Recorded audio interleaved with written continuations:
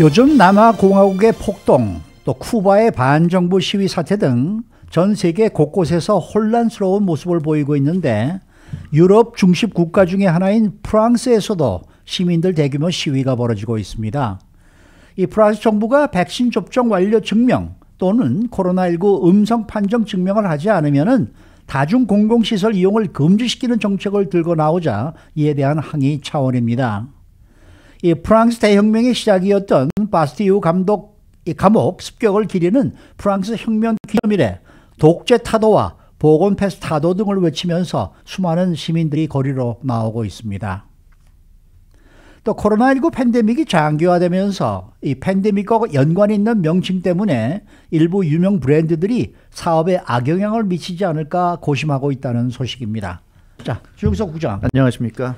첫 번째 소식, 프랑스도 지금 이 정부와 시민이 급기야 충돌을 하고 있네요. 네, 그렇습니다. 대혁명의 나라 프랑스가 역시 그 시민들이 만만치 않은 것 같습니다. 코로나19 정책을 놓고 혼란에 좀 휩싸였는데요. 프랑스 정부가 실시하는 정책에 대해서 시민들이 받아들이지 않고 좀 강경하게 맞서고 있는 그런 모습입니다.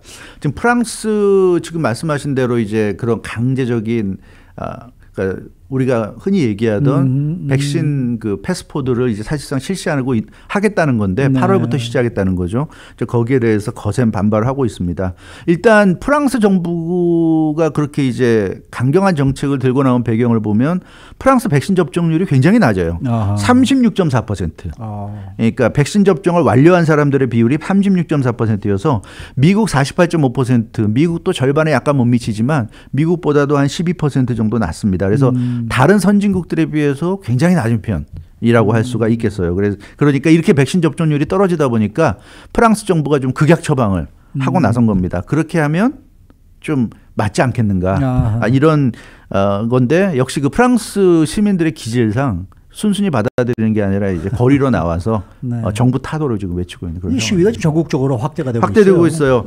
AFP 통신 보도를 보면 프랑스 시민들의 그 반정부 시위, 수도인 파리를 비롯해서 툴루즈, 보르도, 몽펠리에 등 전국의 주요 도시 53곳에서 지금 벌어졌다고 합니다. 지금 계속 벌어지고 있고요.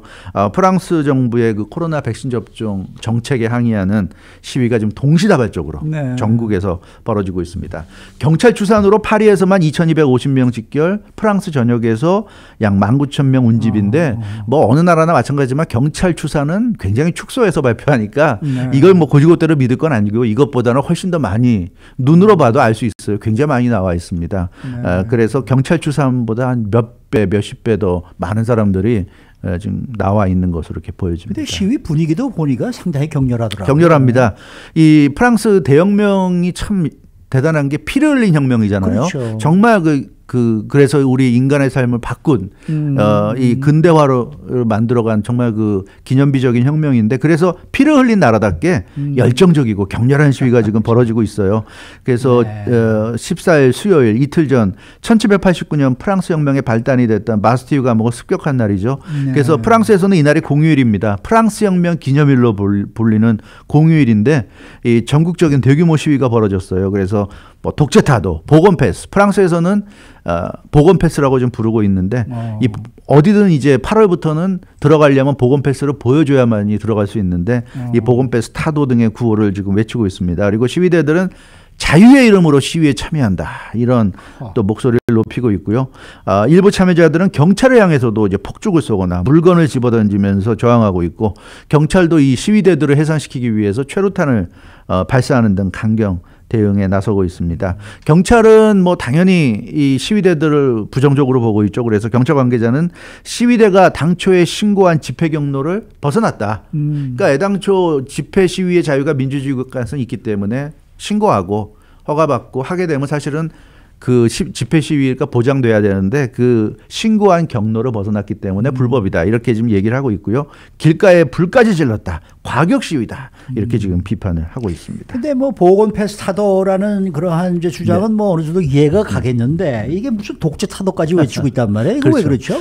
그러니까 그거 자체가 이제 독재라는 얘기죠. 그러니까 누가 거기에 동의했느냐. 그 민주주의 당신이 대통령이어도 국정 운영은 민주주의 방식으로 해야 되는데 당신이 많은 국민의 지지를 받아서 대통령에 당선됐다 하더라도 합법적인 대통령이라 하더라도 매사에 정책을 펼 때는 국민들의 어떤 여론을 살펴가면서 동의를 받아가면서 해야지 마음대로 해서 되겠느냐 이제 이런 얘기고요. 이 에마뉴엘 마크롱 프랑스 대통령이 발표한 이제 새로운 방역 정책이 이제 문제가 되고 있습니다. 네. 지난 12일 대국민 담화를 통해서 새로운 코로나19 방역 정책을 밝혔는데 8월 1일부터 그러니까 8월 첫날부터 일상생활에서 엄격한 제한을 가하기로 했습니다. 네. 식당, 카페, 쇼핑몰, 병원, 노인복지시설에 들어갈 때 보건 패스를 반드시 제시해야만 들어갈 수 있습니다. 그러니까 보건 패스 제시 못하는 사람은 이제 못 들어갑니다. 식당, 카페도 못 들어가고요. 네. 기차, 비행기, 장거리 버스, 뭐 고속버스 네. 이런 네. 그 교통시설 이용할 때도 역시 보건 패스 있어야 됩니다. 네. 보건 패스 없이는 앞으로 기차도 못 타고 비행기도 못 타고 고속버스도 못 타는 그런 이제 상황. 프랑스가 이제 완전히 그렇게 바뀝니다. 그러니까 보건 패스가 뭔지는 뭐 다 아시겠지만 백신 접종을 완료한 경우에 받을 수 있고요. 아니면 48시간 이내에 코로나 검사에서 음성 판정을 받은 그런 증을 또 가지고 가서 확인시키면 그게 보건 패스가 되고요. 아니면 코로나에 걸렸다가 완치된 사람. 코로나에 걸렸다가 완치되면 항체가 생기잖아요. 그렇죠. 그러니까 코로나에 걸렸다가 완치됐다는 걸 증명하는 그런 서류가 또 보건 패스로 인정이 됩니다. 그러니까 세 가지 중에 하나예요. 네. 백신 접종을 했거나 48시간 이내 코로나 검사에 받았거나 코로나에 감염됐다가 완치됐거나 네. 반드시 이 세 가지 중에 하나 그것을 증명하는 서류를 손에 들고 다녀야 됩니다. 이제 프랑스는. 안 그러면 아무 데도 못 들어갑니다. 그러니까 뭐 백신 접종을 안 하면은 일상생활도 제대로 할 수가 없다는 얘기네요. 그렇습니다. 보건 패스를 제시하지 않으면요. 사실상 이제 프랑스에서는 8월 1일부터 아무것도 할 수 없는 겁니다. 그러니까 보건 패스를 받기 위해서는 백신을 접종하든지 코로나 테스트 해주는 데 가서 음성 판정을 받아야 되고 또 48시간 이내 내가 어디 식당 가려면 48시간 이전에 가서 그걸 받아야 되고요. 코로나에 감염됐다가 완치됐다는 그 서류를 항상 몸에 지니고 있어야 됩니다. 세 가지 중에 하나라도 해당이 안 되면 전부 다 세 가지가 다 해당이 안 되면 일상생활이 어려워져요. 그러니까 8월 1일부터 프랑스에서는 식당에 가서 밥도 못 먹고 카페에서 커피 한 잔도 못 마시는 겁니다. 예, 그렇게 되는 거고요. 영화관에도 못 가는 거고. 네. 그리고 그게 참 그러니까 프랑스 시민들이 완전히 이제 폭발한 겁니다. 어떻게 이런 말도 안 되는 정책을 할 수 있느냐. 백신 주사 안 맞으면 아무것도 할 수 없어? 이게 독재지 뭐냐. 결국 이러니까 이제 독재라는 얘기를 하는 거고요. 그 코로나 검사도 뭐 미국도 그렇지만 무료인데 가을 이후부터는 유료로 바뀐다고 그럽니다.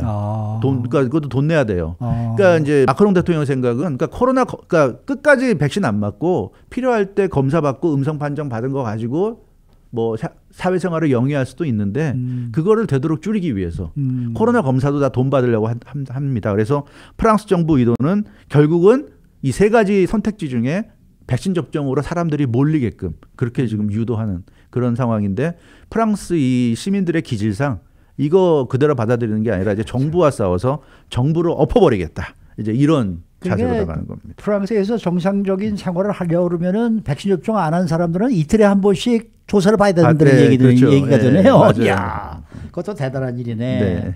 근데 이러한 백신 접종 동료 정책에 대해서 이 프랑스 시민들이 강력히 반대한다 그러면은 이게 지금 역효과가 아닐까 하는 생각이 들기도 하는데. 뭐 물론 시위가 일어나니까 일단 눈에 보기에 역효과가 나지만 여론이 어떻게 되느냐. 뭐 시위하는 사람들보다 그래도 지지하는 사람이 많으면 뭐 추진할 수 있다고 생각은 드는데요. 지난해 12월에 프랑스 일간지 르피가로가 한 여론조사를 보면 프랑스 시민의 42%만이 백신 접종을 원한다고 응답했습니다. 그러니까 절반에도 못 미쳤고요. 근데 이제 올해 4월 들어서는 이 수치가 70%까지 늘어났어요. 그래서 백신 접종을 원한다는 사람이 70%인데 문제는 백신 접종 완료자가 앞서 말씀드린 대로 40%도 안 돼요. 지금 36.4%입니다. 그러니까 이 여론조사도 그러니까 여론조사에서 물어볼 때 자기가 백신 안 맞겠다, 맞고 싶은 생각이 없어도 굳이 나 안 맞을 거야 이렇게 얘기하기보다는 그렇잖아요.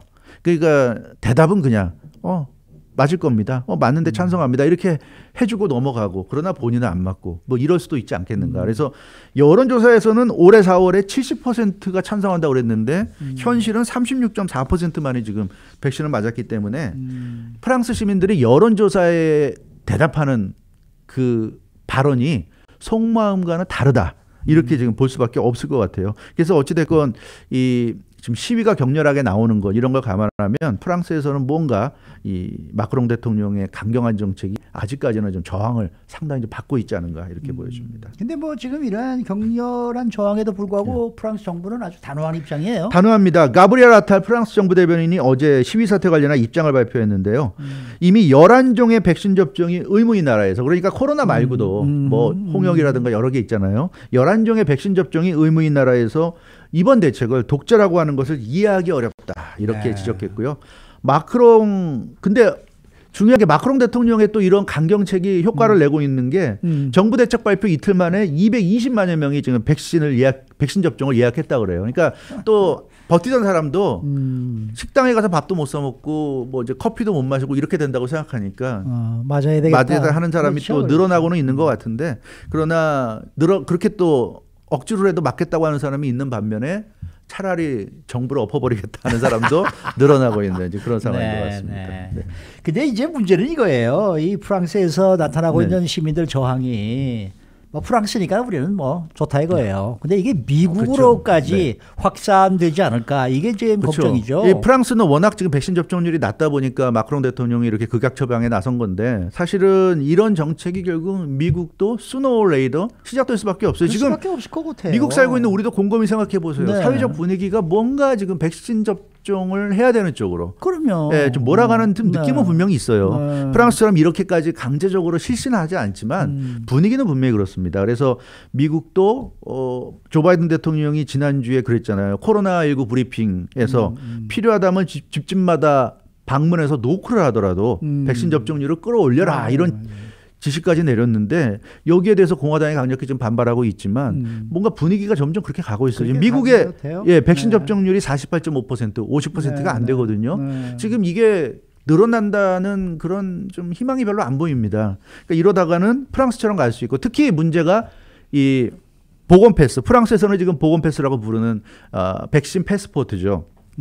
결국 이게 현실화되고 있어요. 지금 예를 들어서 미국 내에서도 백신 접종자들만을 대상으로 하는 비즈니스가 지금 가시화되고 있어요. 예를 들어 대표적으로 크루즈 산업이 이제 서서히 기지개를 펴고 있는데 크루즈는 한정된 공간에 일정한 그룹이 뭐 5일에서 열흘에서 20일 뭐 이렇게 일정한 기간 스테이를 같이 해야 되잖아요. 그러니까 이거는 절대적으로 건강의 안전이 최우선이기 때문에 크루즈는 백신 접종 한 사람만 검사해서 태운다는 거 아닙니까 지금. 그러니까 벌써 크루즈 비즈니스에서는 구별이 되고 있어요. 백신 접종 한 사람과 안 한 사람이. 또 항공기도 마찬가지죠. 백신 미접종자가 지금 항공기 못 하잖아요. 거의 불가능합니다.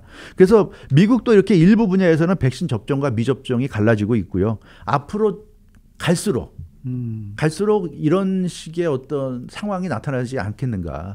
왜냐하면 백신 접종 안 한 사람 때문에 예를 들어서 식당이 지금 다시 많은 사람들이 어제 LA 카운티가 실내에서 마스크 써야 된다고 권고하니까 그런 얘기를 해요. 그럼 식당은 또 문 닫는 거냐고 물어보는 사람들이 많이 있는데 지금은 아직 그런 얘기는 없지만 식당 입장에서도 그렇죠. 아니 그러면 백신 접종한 사람만 우리는 입장시키게 할 수도 있는 거잖아요. 백신 접종 안 한 사람들 때문에 식당이 망할 수는 없는 거니까 예를 든다면 그러면 백신 접종 안 한 사람들이 또 항의할 수도 있는 거고. 그러니까 미국도 점점 그로 갈 수밖에 없지 않는가. 아니, 세상. 뭐 당장에 어제 UC 계열 대학도 지금 새 학기부터는 지금 백신 접종 안 하면 그렇죠. 학교에 들어오지도 말라는 왜냐하면 지금처럼 하면 계속 학교를 셧다운 시켜야 되는데 그렇죠. 학교도 돈을 못 버니까 그럼 백신 접종 한 학생들만이라도 등교시켜서 돈 벌어야 되겠다는 건데 갈수록 그렇게 정부가 안 해도 일반 기업들이 그렇게 가는 쪽밖에 없기 때문에 이게 좀 심각한 문제인 것 같습니다. 네. 자, 다음 소식은 코로나19가 시작된 이후에 일부 브랜드들이 곤혹스러운 상황이다 이런 내용입니다. 그렇죠. 뭐 상상은 갑니다만. 가죠. 그래서 가장 대표적인 업체가 세계 2위 항공사 미국의 델타 에어라인스입니다. 왜냐하면 요즘 악명 높은 델타 변이 바이러스 때문에 델타 에어라인스가 굉장히 지금 불행한 처지다. 월스트리트저널이 어제 보도했어요. 그 델타라는 이름은 사실 델타가 삼각주라는 얘기잖아요. 그렇죠. 초창기에 농약살포 그 비행기 회사에서 유래한 건데 그 미시시피 삼각주 지역에 농약살포했던 곳 거기서 이제 따가지고 델타라는 이름을 지었는데 인도 변이 바이러스 때문에 델타가 지금 순환을 겪고 있고 그래서 델타 에어라인스 다니는 사람들은 그 회사는 이 델타 변이를 델타 변이라고 안 부른다고 그럽니다. 그냥 변이 바이러스라고 부른다고 합니다.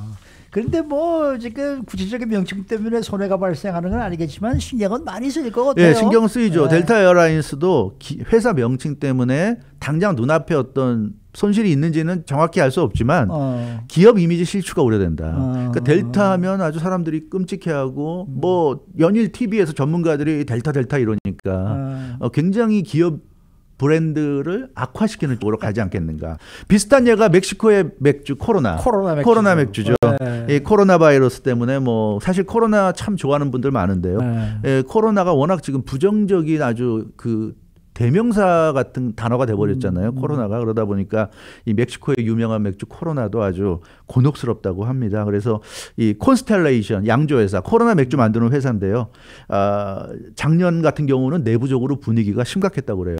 올해는 그나마 좀 상황이 나아져서 괜찮지만 요새 날씨는 많이 팔린다 그러더라고요. 예, 작년에는 정말 이거 이름 바꿔야 되는가. 이 코로나는 예전에는 뭐 소변이 들어갔다, 뭐 그렇죠. 오줌이 들어갔다 그래가지고 또 한때 또 말이 많았었거든요. 색깔도 좀 그렇고 네, 그래서 그랬는데 그래서 아무튼 참 이런 일부 그 기업들이 어려움이 많은데 이 참고로 이 장명 요즘은 뭐 알파, 베타, 감마 뭐 이렇게 그렇죠. 나가는데 세계보건기구 WHO의 바이러스 장명 권한이 있습니다. 근데 WHO가 지난 5월에 전문가들과 상의를 했다고 그래요. 네. 바이러스가 계속 변이 바이러스가 만들어지는데 이거 도대체 이름을 어떻게 해야 되느냐. 그렇다고 매번 뭐 인도 바이러스, 뭐 남아공 바이러스 하는 건 그 나라한테도 좀 안 좋은 것 같고 이거 좀 어떻게 해야 될까 했더니 전문가들이 그리스 알파벳 문자로 하십시오. 이렇게 해서 받아들였는데 네. 이게 또 이렇게 이 기업들에게 뜻밖의 이렇게 네. 좀 피해를 주고 있다고 그러는데 아무튼 코로나 빨리 좀 끝났으면 좋겠습니다. 이 코로나 사태가 지나가면 또 기업들이 그 이름을 어떻게 해서든지 또 좋은 쪽으로 이렇게 유도할 수 있도록 어떤 작전을 좀 세워야 되겠죠. 세워야 되겠죠. 네, 그렇습니다. 수고 많으셨습니다. 주영석 국장이었습니다.